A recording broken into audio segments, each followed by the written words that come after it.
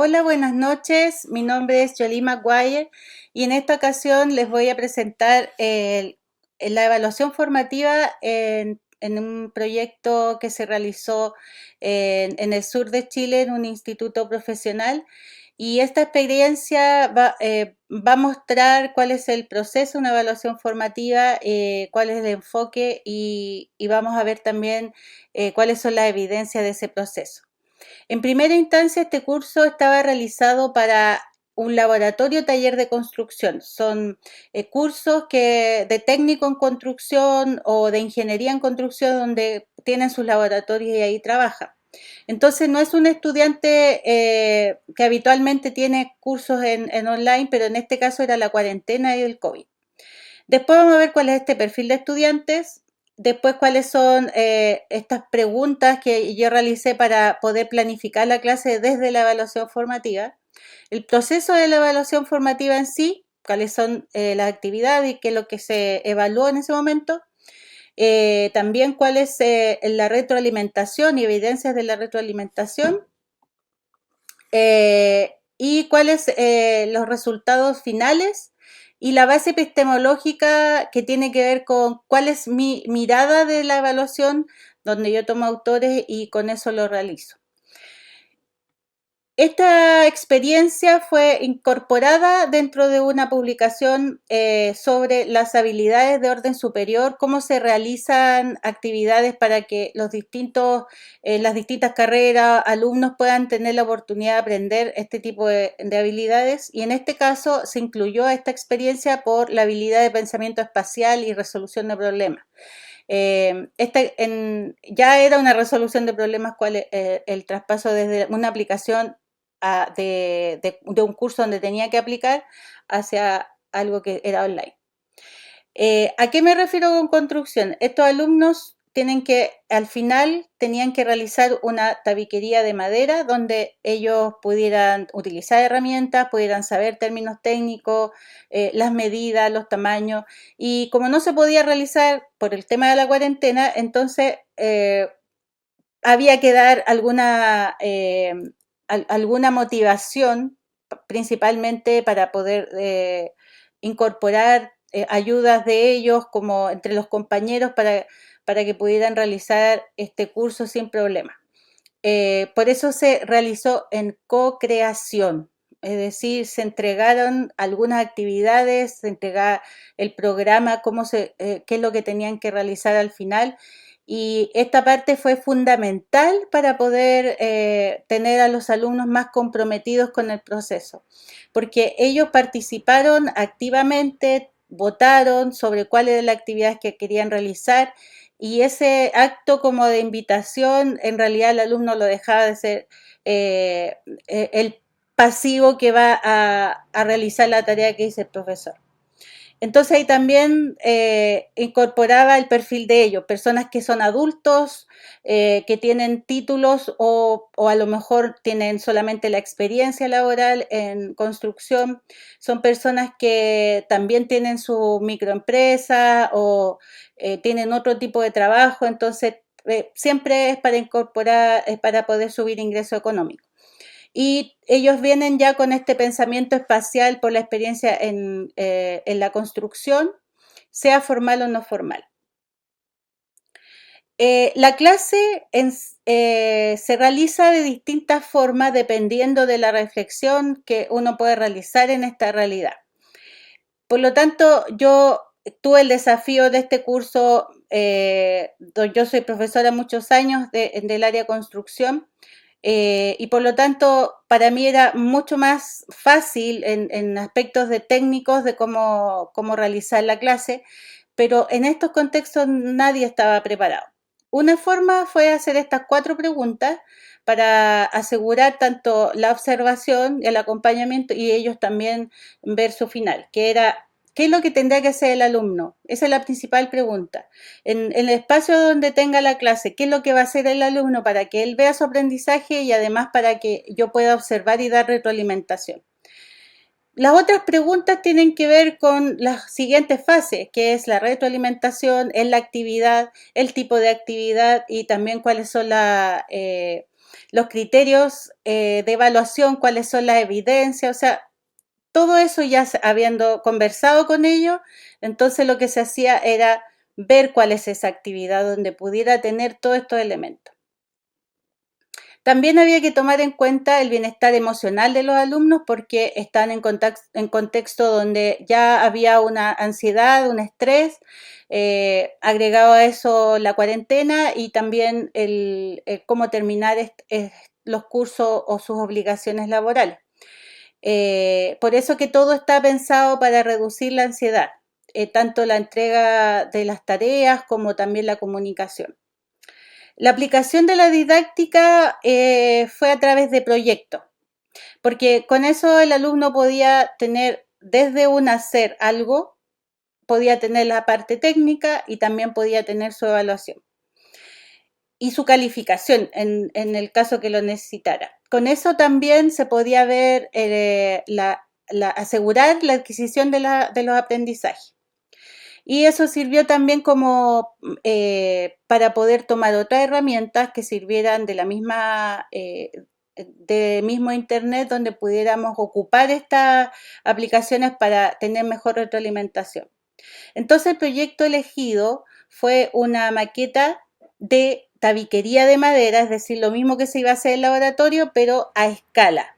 En este caso la foto aparece completa, pero esa era la idea, que ellos no tenían muy claro cómo iba a ser, entonces para eso podían hacer actividades anteriores. Pero con esto se podía ver términos técnicos, se podía ver la ubicación, yo podía ver si el alumno tenía claro cuáles eran los tipos de madera, la ubicación, cuáles eran las técnicas que se utilizaban, la normativa, es decir, todo lo que iba a ser a escala real, se podría decir, iba a ser a escala menor. Lo que no iba a poder hacer era el uso de las herramientas, pero que después igual iban a tener algunas clases para realizar eso. En esta parte de cómo se realiza el proyecto, ahí también había que separar en algunas etapas que fueran para mí cruciales ver que se viera ese aprendizaje, por ejemplo, en la interpretación de planos, en los términos técnicos, y ahí entonces se hizo otras tareas para que se pudiera asegurar el aprendizaje de estos términos. El proceso de la evaluación o el proceso de la clase entonces fue desde una maqueta donde se entregan las instrucciones, donde se va viendo el proceso, pero para poder asegurar la parte técnica del vocabulario y también de la identificación de simbologías para poder traspasar de un plano a una maqueta, entonces les mostraba las instrucciones de manera clara, pero también desde la base que tenía que hacer como un checklist para abajo y también la demostración. Esto es lo que me gustaría que hiciera, también la demostración en la misma clase, cómo se debería hacer. Y con eso también los alumnos no solamente se tienen que imaginar qué es, sino que también pueden ver desde una base. Con esa tarea yo podía ver si ellos sabían interpretar plano o qué podía ayudarles para que pudieran interpretarlo y de ahí recién realizar la maqueta. Y también para poder saber cuál era su conocimiento de los términos técnicos. Como fue desarrollada una clase sincrónica, entonces ellos podían sacarle la foto al cuaderno y mandarlo y así le podía dar una retroalimentación general. Entonces acá tenemos algunas imágenes donde ellos, dependiente cómo lo dibujaban, dónde lo dibujaban, lo importante no era que ellos dibujaran a escala, sino que supieran los materiales.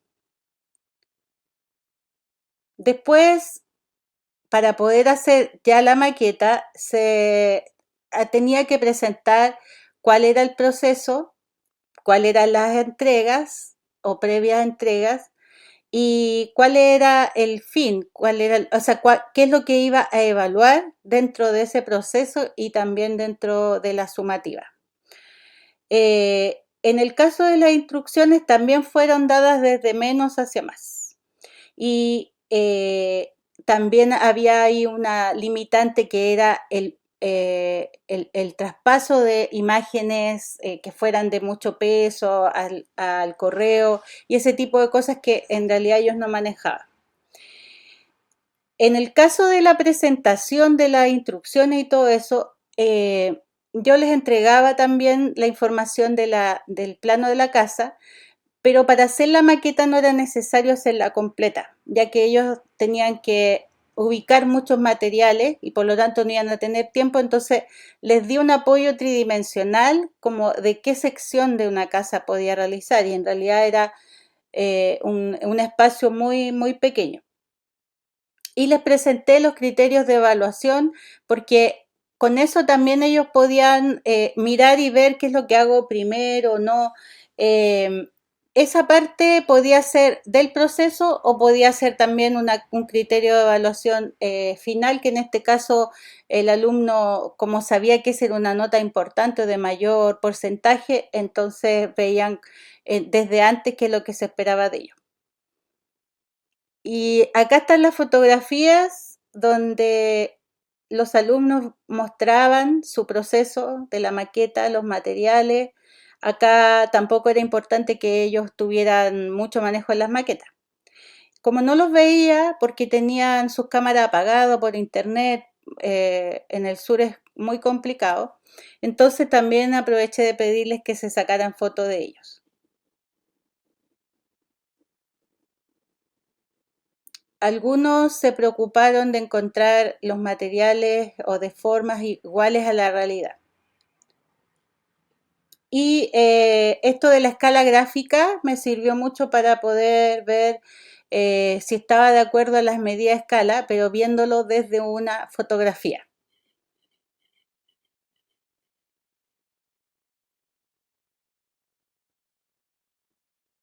Habían alumnos que no tenían, estaban muy lejos, muy a la cordillera y no podían comprar materiales, entonces también está la posibilidad de que hicieran con otro material. En el caso de la retroalimentación, en todo ese proceso tenía que ver cuál era el proceso de la construcción de la maqueta. Por lo tanto, ahí también los alumnos debían tener una retroalimentación oportuna, pero desde el proceso, qué es lo que tenía que hacer. También qué criterios está dentro de la pauta y qué criterios yo voy a dar la retroalimentación. Cuánto tiempo necesito y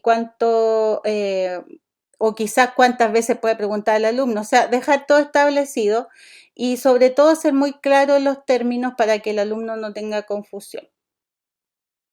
Hay que indicar qué mejorar como retroalimentación, también preguntar si está claro, asegurar el aprendizaje, me hago entender, colocando el peso del entender desde el profesor.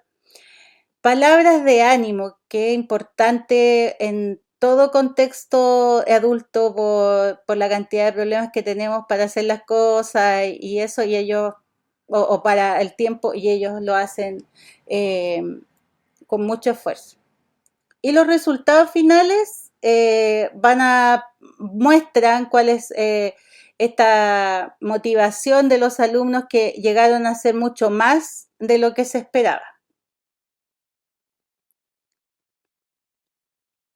El éxito de esta experiencia, más que por el número de personas, es por la cantidad de implicancias y obstáculos que tenían. Igual entregaron el 100% del curso y tuvieron un excelente promedio final. ¿Hay desafíos de poder realizar esto en online? Sí. Una de las cosas principales es que a veces los cursos están diseñados con muchos alumnos y eso les perjudica a ellos mismos para poder tener una retroalimentación. Por eso lo importante es que sea más o menos 25 alumnos, que no sean mucho más para que ellos puedan tener esta retroalimentación y nosotros podamos ver cuáles son sus resultados. Muchas, muchas gracias.